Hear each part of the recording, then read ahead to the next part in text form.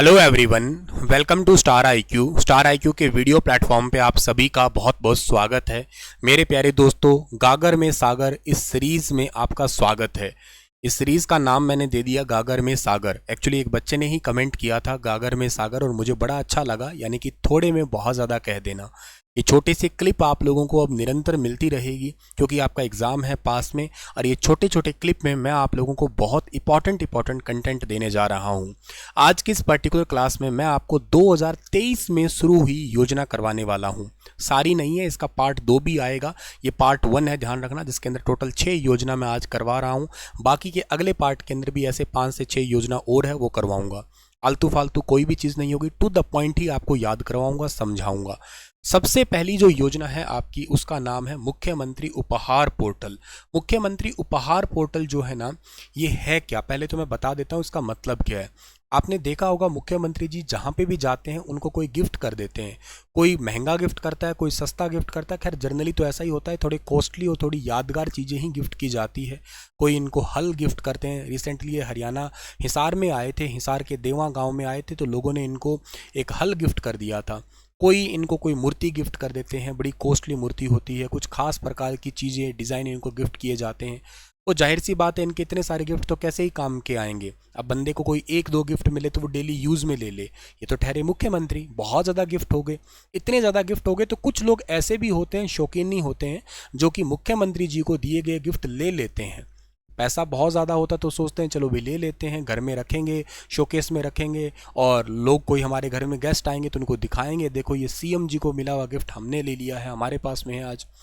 तो अच्छा, हरियाणा के मुख्यमंत्री जी ने ऐसा ही कारनामा स्टार्ट किया जिसका नाम है मुख्यमंत्री उपहार पोर्टल। इस पोर्टल पे मुख्यमंत्री जी को जो जो गिफ्ट मिले हुए हैं वो लिस्टेड कर दिए गए। इनकी नीलामी की जाएगी। नीलामी के माध्यम से जो पैसा इकट्ठा होगा, जो सबसे ज़्यादा बोली लगाएगा उसको वो गिफ्ट मिल जाएगा।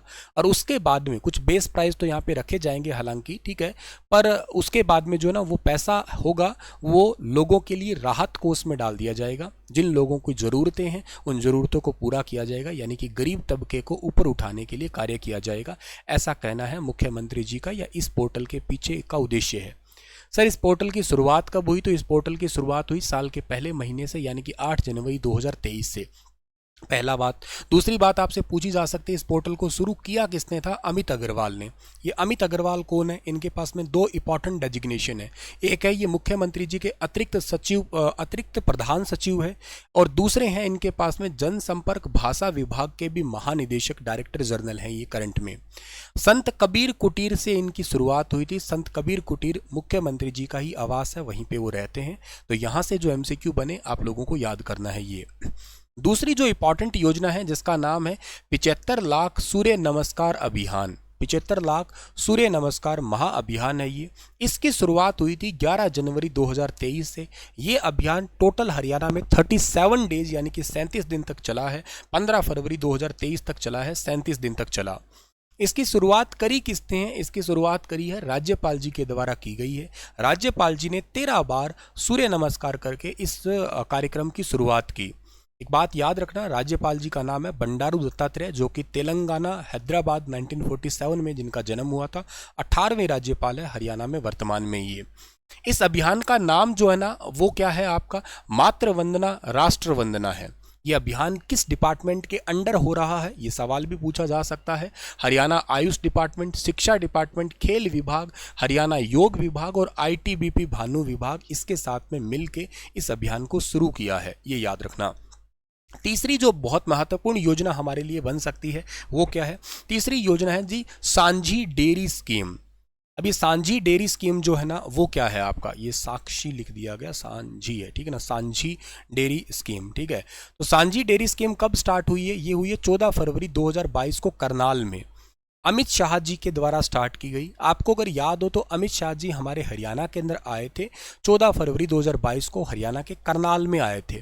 और क्यों आए थे वो भी आपको शायद याद होगा। वो आए थे हमारी हरियाणा पुलिस को राष्ट्रपति निशान देने के लिए। 14 फरवरी 2022 को हरियाणा पुलिस को राष्ट्रपति निशान यानी कि राष्ट्रपति प्रेसिडेंट कलर साइन से सम्मानित किया। और वहीं पे ही हरियाणा के मुख्यमंत्री जी ने 14 फरवरी 2022 को एक योजना स्टार्ट कर दी जिसका नाम है सांझी डेयरी स्कीम, ठीक है। गृह मंत्री अमित शाह जी के द्वारा स्टार्ट की गई। इसका टारगेट क्या है? इसका उद्देश्य क्यों स्टार्ट किया गया, जिस किसान के पास में ज़मीन नहीं है उन और वो लोग जो ना दुग्ध पालन कर रहे हैं यानी कि गाय भैंस पाल रखी है, उन लोगों को अब उनकी गाय भैंस के लिए वैक्सीनेशन करवाना के अलावा जो है ना उनको पशु चिकित्सा की सुविधा देना, पशु चारा उपलब्ध करवाना, इसी योजना का सीधा सीधा उद्देश्य है। उसके बाद चौथी नंबर योजना है HKRNL। ये एक पोर्टल है, 30 अप्रैल 2023 से स्टार्ट किया गया था। युवाओं को रोजगार देने के लिए मुख्यमंत्री जी ने इस पोर्टल की शुरुआत की थी। इसके बाद में आपके पास में जो अगला स्कीम हमारे पास में आता है वो कौन सा है जी, नेक्स्ट स्कीम आपके पास में है हरियाणा मुख्यमंत्री दयालु स्कीम, जिसको आप लोग पंडित दीनदयाल उपाध्याय योजना भी कहोगे या मुख्यमंत्री दयालु स्कीम भी कहोगे आप लोग इसको।